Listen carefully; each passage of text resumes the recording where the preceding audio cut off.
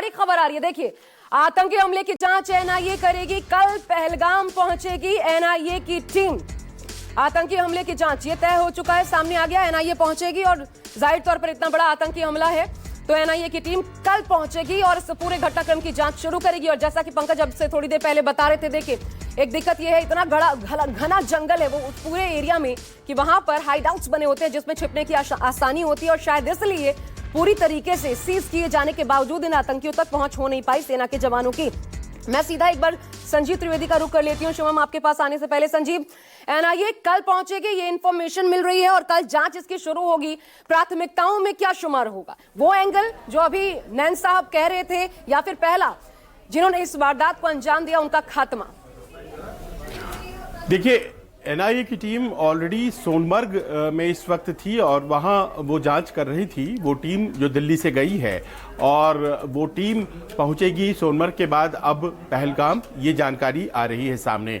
गृह मंत्री खुद पहुंचने वाले हैं अब से कुछ देर में और आज ही रात वो घायलों से मिलेंगे और एक विस्तृत जानकारी कि किस हिसाब से अटैक को प्लान किया गया था, जो प्रत्यक्षदर्शी हैं, जो घायल हैं, उनसे संभवतः मिलेगी। और उसके बाद फिर ये जो काउंटर ऑपरेशन है इसको तरीके से प्लान किया जाएगा। हालांकि डिप्लॉयमेंट ज़बरदस्त हो चुका है, ये अभी तक खबरें आ गई हैं, पर कुछ बातें हैं जो कि हमेशा एक सवाल के तौर पर इस घटना के बाद रहेंगी, क्योंकि ये 90 के दशक की तरफ हमें इस तरह की घटनाएं ले जाती हैं। उस दौर में इस तरह की घटनाएं होती थी आशा, लेकिन सवाल ये है कि थोड़ी देर पहले हम लोगों ने सुना कि एक जो टूरिस्ट को लेकर जाता है घोड़े वाला, वो कह रहा था कि हम लोग जब लोकेशन पर पहुंचे थे तो हम स्टैंड में खड़े थे घोड़े को लेकर के और वहां पर घुड़सवारी के लिए अमूमन लोग जाते हैं और लोग बाग उतर के इधर उधर जा रहे थे और अचानक लोग भागने लगे और गोलियों की आवाज़ें सुनाई पड़ने लगी और उसके बाद हम भी भागने लगे। जितने टूरिस्ट्स को बचा सकते थे हम लोगों ने उन्हें बचाने की कोशिश की।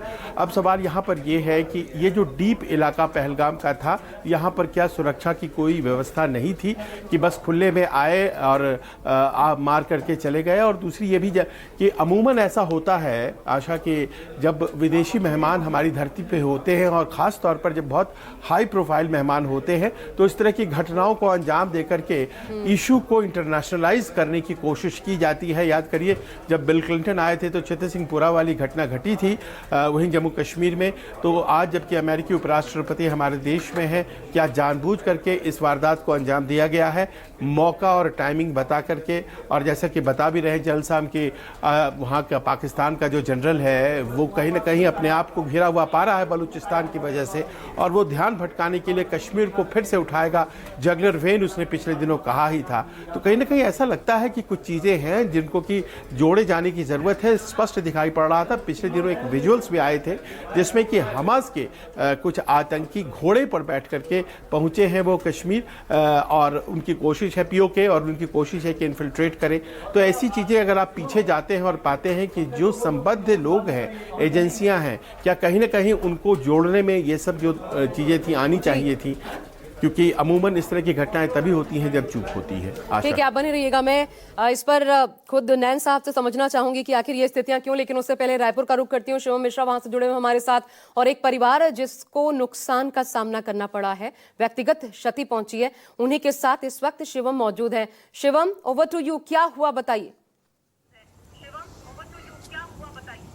बिल्कुल, देखिए जिस तरीके से हमें ये सूचना मिली कि जम्मू कश्मीर के पहलगाम में ही बड़ा आतंकी हमला हुआ, उसके बाद ये जानकारी सामने आई थी कि रायपुर के समता कॉलोनी निवासी दिनेश मिरानिया अपने परिवार के साथ पहलगाम पहुंचे हुए थे और इस आतंकी हमले का शिकार दिनेश मिरानिया हुए हैं जिनके कंधे पर गोली लगी है। इस बात की पुष्टि उनके पुत्र शौर्य मिरानिया ने न्यूज 24 से की बातचीत के दौरान। और इस वक्त मैं मौजूद हूं समता कॉलोनी के मिरानिया निवास के बाहर ही और मैं आपको सबसे पहले तस्वीर दिखाता हूं मिरानिया निवास की। देखिए कि यहां पर ताला पूरी तरीके से लगा हुआ है और घर के जो 4 सदस्य थे, सभी 4 सदस्य बीते शुक्रवार को अपने शादी के सालगिरह, जो उनके माता पिता के शादी के सालगिरह का अवसर था दिनेश मिरानिया और उनकी पत्नी नेहा मिरानिया का, उस अवसर पर सभी 4 सदस्य दिनेश मिरानिया, नेहा मिरानिया और उनके पुत्र शौर्य और उनकी पुत्री लक्ष्मी जम्मू कश्मीर घूमने के लिए गए हुए थे और इस दौरान उनके पिता दिनेश मिरानिया इस आतंकी हमले का शिकार हुए हैं। कुछ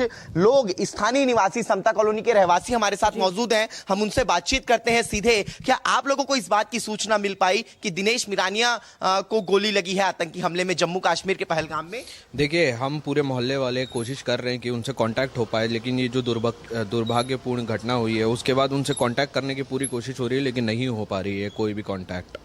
ये जानकारी मिल रही है कि कुछ मोहल्ले वासी, समता कॉलोनी वासी अब मंदिर, राधा कृष्ण मंदिर में पूजा अर्चना भी कर रहे हैं कि ये सफल जो है एक तरीके से सुरक्षित परिवार वापिस आ जाए यहाँ पर।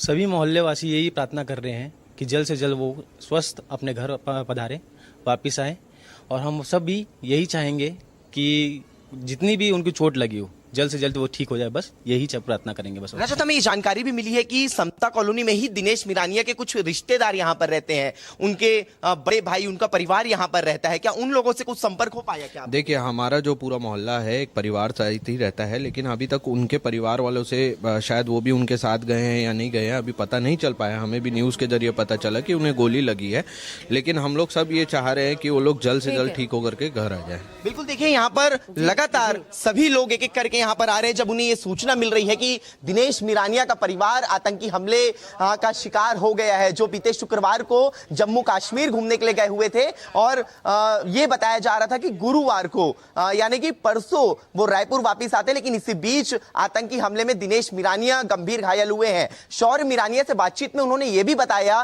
कि अनंतनाग जिला अस्पताल में दिनेश मिरानिया को भर्ती कराया गया है और इस वक्त वहां पर उनका इलाज जारी है। लेकिन बेहद ही दुखद घटना ये राजधानी रायपुर से भी निकल करके आई, क्योंकि इतने बड़े आतंकी हमले के शिकार राजधानी रायपुर के एक बड़े कारोबारी दिनेश मिरानिया लगभग हो गए हैं और लगातार अब उनसे संपर्क करने का प्रयास वहां मोहल्ले वासी और उनके रिश्तेदार करते हुए नजर आ रहे हैं। 27 पर्यटक ऐसे हैं, जैसा कि आसिफ हमें जानकारी दे रहे थे, कि जिनकी इस दुर्भाग्यपूर्ण इस आतंकी हमले में, इस कायराना हमले में जान गई है। मैं नैन साहब आपके पास आना चाहूंगी और जो संजीव सवाल उठा रहे थे उसी सवाल का जवाब आपसे चाहूंगी कि आखिर ये क्या वाकई टाइमिंग महत्वपूर्ण हो जाती है? जब उपराष्ट्रपति वेंस अमेरिका के हमारे देश में है तब ये हमला होता है, तो वो जो इंटरनेशनल छवि खराब करने की कोशिश भारत की इंटरनेशनल प्लेटफॉर्म पर, एक वो कोशिश, और दूसरा एक बड़ी